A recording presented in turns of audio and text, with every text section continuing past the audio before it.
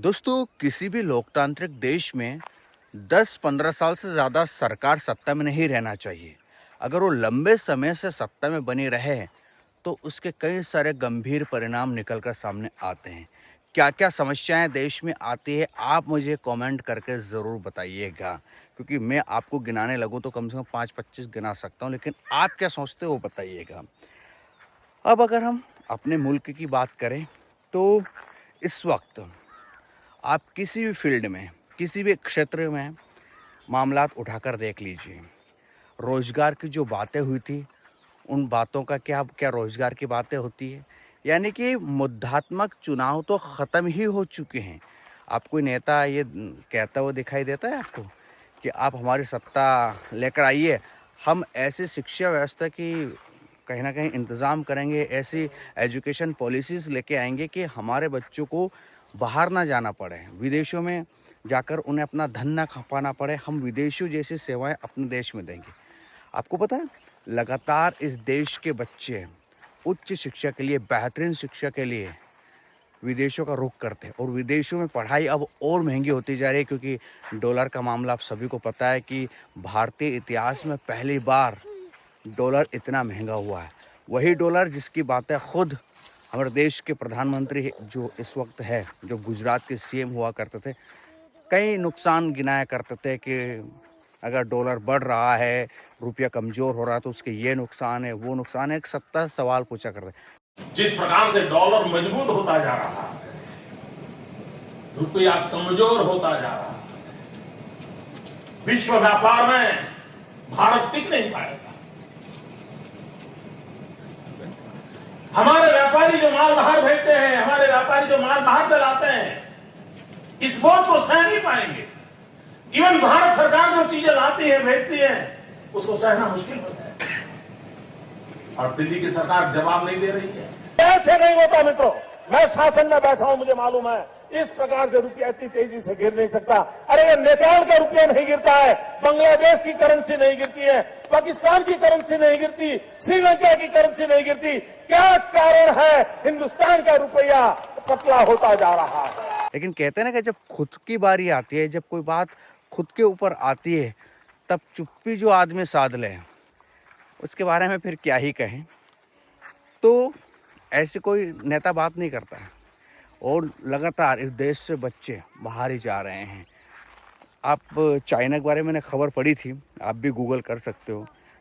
China अपने बच्चों को बाहर एजुकेशन के लिए बहुत कम जाने देता है, यानी कि जितनी सुविधाएं उन्हें चाहिए वो अपने ही देश में दे रहे हैं, और जो बाहर रहकर पढ़ाई करने के साथ साथ जॉब कर रहे हैं, वो वहाँ पर तकनीकी सेवाएं दे रहे हैं, चाहे वो साइंटिस्ट है, चाहे वो डॉक्टर है, उन्हें मोटी रकम देकर। यानी कि वो चाइनीज़ सरकार ये कह रही है कि जितना आपको बाहर के देश प्रोवाइड कर रहे हैं, सेवाएं, सुविधाएं, पैसे, वो सब हम आपको देश में ही देंगे, आप देश में हैं। यानी कि बाहर जो लोग उसके रह रहे हैं, जिनके पास काफ़ी माइंड है, जो उस देश में के डेवलपमेंट में सहयोग दे रहे हैं, उनको चाइना अपने देश में बुला रहे हैं। लेकिन हमारे यहाँ ऐसा हो रहा है। हमारे यहाँ तो तकरीबन, अगर हम इन विगत वर्षों की बात करें, तो यानी कि 10-12 साल के भीतर 2014 के बाद से अगर बात करें, तो 7 से 8 लाख या 9 लाख के आसपास पब्लिक बाहर जा चुकी है। यानी कि इस देश को छोड़ रहे हैं। क्यों छोड़ रहे हैं और छोड़ने वाले कौन हैं? पैसे वाले, सीधी सी बात है। हर कोई तो छोड़ नहीं सकता, और पैसे वाले हैं, अगर उनकी चॉइस दूसरी देश बनती जा रही है, अगर वो इस देश में खुद को सेफ महसूस या उन्हें सुविधाजनक नहीं लगता है, छोड़ रहे हैं, तो सरकार को इस पर चिंता करना चाहिए। और ऐसा नहीं कि बीजेपी के राज में ही लोग वो देश छोड़ रहे हैं, दूसरे देश की नागरिकता ले रहे हैं। कांग्रेस के समय में भी छोड़ते थे, लेकिन इतनी तादाद में नहीं छोड़ते थे जो अब छोड़ रहे हैं। यानी कि जिसको जैसा मौका मिल रहा है, जिसको जैसे नागरिकता किसी मुल्क की मिल रही, वो पहले फुर्सत में देश से निकल रहा है। तो सरकार को इस पर ये बात करना चाहिए, सरकार को, कि जो बाहर जा रहे हैं उनको हम देश के अंदर ही ऐसे सुविधाएं देंगे जो बाहर वो उम्मीद करके जा रहे हैं। देश में ऐसा माहौल पैदा करेंगे, लेकिन इस पर बात नहीं होती है यार। यानी कि मुद्दे जो देश में ना, एजुकेशन की बात नहीं होती। सबसे ज़्यादा अगर अहम मुद्दा कोई है ना, वो है एजुकेशन का। अगर एजुकेशन कोई देश अपने आप बेहतर कर लेना, तो सब चीज़ें धीरे धीरे बेहतर होना शुरू हो जाती है। अच्छे नागरिक बनते हैं, अच्छे लोग देश के डेवलपमेंट में सहयोग देते हैं, अच्छे इंजीनियर, अच्छे डॉक्टर, अच्छे कह सकते हैं कि बिजनेसमैन पैदा होंगे, तो वैसे देश में बहुत सारी चीज़ें बदलेगी। लेकिन नहीं, एजुकेशन तो किसी पार्टी का मुद्दा ही नहीं है। हाँ, आम आदमी पार्टी बात करते थे एजुकेशन पर, लेकिन स्थिति आप देख ही रहे हो कि क्या हो चुकी है क्या नहीं।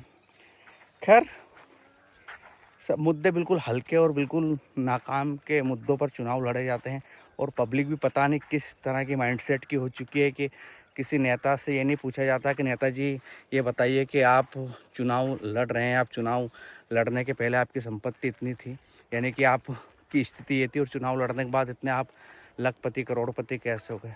कोई नेता गरीब दिखा आपको? जबकि जनता ने चुना, जनता की सेवा के लिए चुना। जब दरअसल खुद का पेमेंट बढ़ाने की बात होती है ना कि सांसदों की सैलरी बढ़ना चाहिए, तो सब नेता एक साथ हो जाते हैं।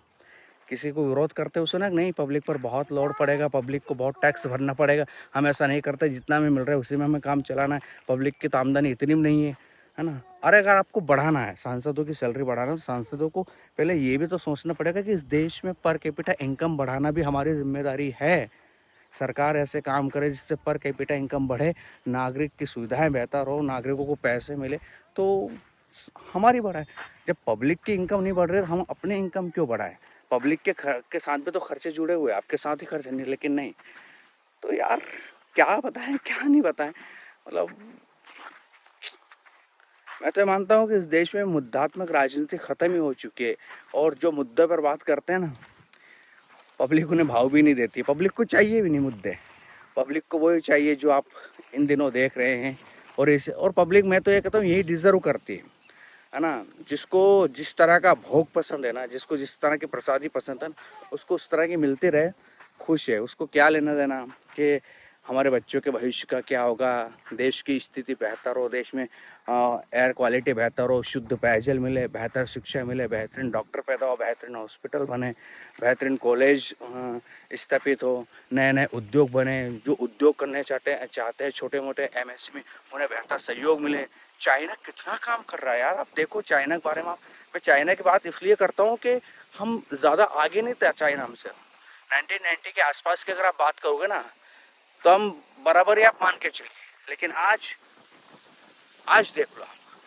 खैर, हवा चल चुकी है, मेरी आवाज़ डिस्टर्ब होगी इसलिए तो मतलब मैं तो, अब बहुत सारे लोग ये पूछते हैं कि भाई आप वीडियोस नहीं बनाते हो क्यों? मन नहीं करता है, क्योंकि आप कितने ही बोल लो, कितने ही पब्लिक को समझा लो, बुझा लो कि किस चीज़ को ध्यान रखना है, किस पर आपको अपना वोट करना है, कैसा नेता चुनना है।